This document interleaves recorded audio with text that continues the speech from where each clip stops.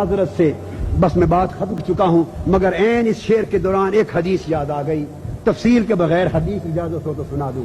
مسند ابو یعلا کی روایت ہے، مسند ابو یعلا کی روایت ہے، غزوہ بدر میں اللہ پاک نے فرشتوں کو بھیجا، آپ جانتے ہیں قرآن مجید میں موجود ہے کہ جاؤ فرشتوں، تمہارا کام لڑنا نہیں ہے اور نہ ہی تمہیں لڑنے مرنے کے لیے پیدا کیا تھا، تم تو تسبیح تحلیل کے اور مدبرات امر والے لوگ ہو، تلواریں پکڑنا جنگ کرنا تمہارا کام، تم نے تو پہلے دن ہی کہہ دیا تھا کہ یہ خون بہانا ان کا کام ہے، ہم تو تسبیح والے لوگ ہیں۔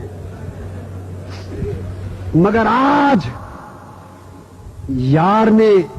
یار کے غلاموں نے یار سے مطالبہ کر دیا ہے کہ ڈر لگ رہا ہے، تو حضور نے فرما دیا ہے کہ مولا فرشتوں کو بھیج، آج اپنا نظام بدل رہا ہوں، جاؤ تلواریں پکڑو۔ اور یار خوش اس میں ہے کہ فرشتے بھی جنگ لڑیں، میدان جنگ میں آ گئے، جنگ جیتی گئی، لڑی تو صحابہ نے، ان کی تلوار لگنے سے پہلے گردنیں کٹتی تھیں، مگر حوصلہ بن گیا، جنگ جیتی گئی، جنگ بدر ختم ہو گئی، اسلام جیت گیا، کفار کا لشکر شکست کھا گیا۔ اس کے بعد نماز کا وقت آ گیا، میدان بدر میں ہی ایک طرف جا کر آقا علیہ السلام نے نماز پڑھائی، نماز پڑھانا شروع کی۔ قاضی ثناء اللہ پانی پتی نے بھی تفسیر مظہری میں اس کو نقل کیا ہے، نماز پڑھانا شروع کی، روایت مسند ابو یعلا کی۔ نماز شروع ہو گئی، جبرائیل امین علیہ السلام فرشتوں کے وفد کے قائد تھے، کمانڈر ان چیف تھے، وہ کمانڈر تھے۔ انہوں نے سوچا کہ جس مقصد کے لیے آئے تھے وہ تو تھی جنگ، اور جنگ مسلمانوں نے جیت لی، مقصد پورا ہو گیا، اب تو ہمارا کوئی کام ہے نہیں۔ سارے فرشتوں کو اکٹھا کر کے جبرائیل امین نے سوچا کہ حضور علیہ السلام تو اب نماز میں مصروف ہو گئے، مقصد پورا ہو گیا، اب ہم واپس چلے جائیں۔ جبرائیل امین ملائکہ کو لے کر اللہ کے حضور واپس چلے گئے، آسمانوں کی طرف واپس چلے گئے، کام ہو چکا، ڈیوٹی پوری ہو گئی، ڈیوٹی بھگتا کے واپس چلے گئے۔ آسمان کے قریب پہنچے، حکم ہوا خبردار آسمانوں کے دروازے مت کھولے جائیں۔ کیوں؟ جبرائیل ملائکہ کا پورا لشکر لے کر میرے مصطفیٰ سے اجازت لیے بغیر آ رہا۔ جبرائیل امین پلٹ آئے۔ اب حدیث کے الفاظ یہ ہیں کہ پلٹ کر گھوڑے پر سوار تھے، آقا علیہ السلام حالت نماز میں، صحابہ کرام پیچھے ہیں نماز میں، سامنے کی طرف کھڑے ہو کر آقا کے سامنے آئے اور مسکرائے۔ مسکرانا اس بات کی علامت تھی کہ حضور میں نے تو یہی سمجھا کہ اجازت لینے کی ضرورت نہیں، پر رب نے آسمانی کائنات میں داخلی نہیں ہوئی اور واپس موڑ دیا جبرائیل جس محبوب کے لیے بھیجا تھا، ورنہ میں تو ویسے ہی ایک امر سے ہی فتح دے سکتا تھا، اس کی خاطر بھیجا تھا، اس کی اجازت کے بغیر واپس نہیں پلٹ کے آ سکتے، جاؤ اجازت لے کے آؤ۔ تو اس خیال سے مسکرائے، اور آقا علیہ السلام بھی حالت نماز میں جبرائیل امین کو دیکھ کے مسکرا پڑے۔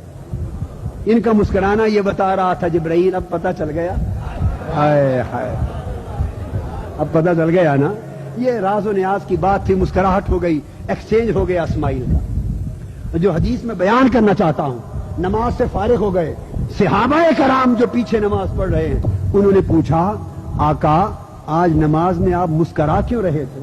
ہائے ہائے نماز میں مسکرا کیوں رہے تھے؟ ارے پہلی حدیث میں تو صحابہ بائیں طرف تھے، آقا کا چہرہ انور پیچھے نہ تھا، بائیں طرف تھا، اور سوال ہوا کہ کیسے تک لیا؟ اب تو صحابہ پیچھے کھڑے ہیں، امام اگر مصلی پہ کھڑا ہو کے خواہ ہنس رہا ہو خواہ کراہت والا چہرہ بنا رہا ہو، پنجابی میں کیا کہتے ہیں چبیسیاں، خواہ وہ چبیسیاں کر رہا ہو خواہ مسکرا رہا ہو، جو یا اباسیاں لے رہا ہو، پچھلی صف پہ کھڑے ہونے میں سے کون دیکھتا ہے امام کا چہرہ؟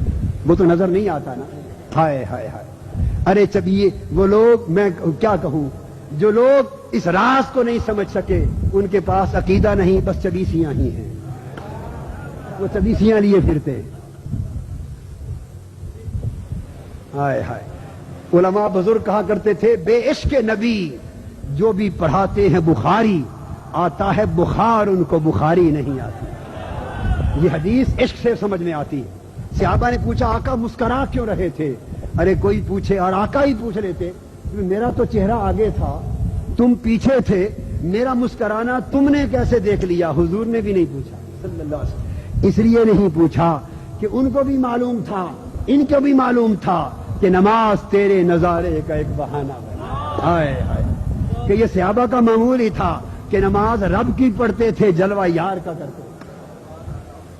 بھائی جس کو سمجھ میں بات آ جائے لے جائے، میرا تو سودا یہی ہے۔ جس کو یہ سودا قبول نہ ہو، نہ جھگڑا کرے نہ فتوے کرے، وہ سودا واپس چھوڑ جائے، ہمارا کوئی جھگڑا نہیں، اور گاہک آ جائیں گے اس کو دے دیں گے، ہمارا سودا تو یہی ہے۔ آقا نے نہیں پوچھا کہ کیسے دیکھ لیا، پتا تھا کہ صحابہ حالت نماز میں بھی اس طرح چہرے کر کر کے مصطفیٰ کا ذکر رکھتے ہیں۔ بخاری میں ہے، دائیں جانب بائیں جانب کھڑے ہوتے، نماز شروع ہو جاتی، کئی نماز پڑھتے، کئی حالت نماز میں مصطفیٰ کا رخ تکتے رہتے تھے۔